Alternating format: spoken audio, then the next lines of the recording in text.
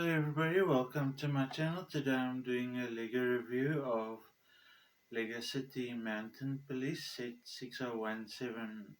As you can see, that's the box. Now I'm going to show you the set. As you can see, you get two minifigures. The crook with his beautiful red cap and red outfit, and he has a crowbar in his hand. And the police officer with his beautiful dirt bike helmet on, and he's on his beautiful police dirt bike. And this rock opens, and you get a white jewel and a red jewel in the set.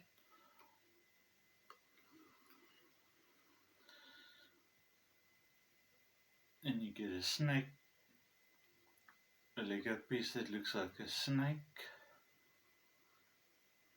See, that's what the set looks like from the back. As you can see, I've used all the trees and plants and flowers from the new Lego road plates, and I've used of the old Lego trees from the old Lego sets for the mock that I made for the set.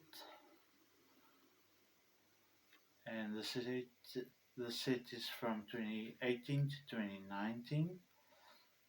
Thank you for watching this video. Please don't forget to like and subscribe to my channel, and please leave a comment in the comment box below, and I'll see you in the next video. Thank you. Bye.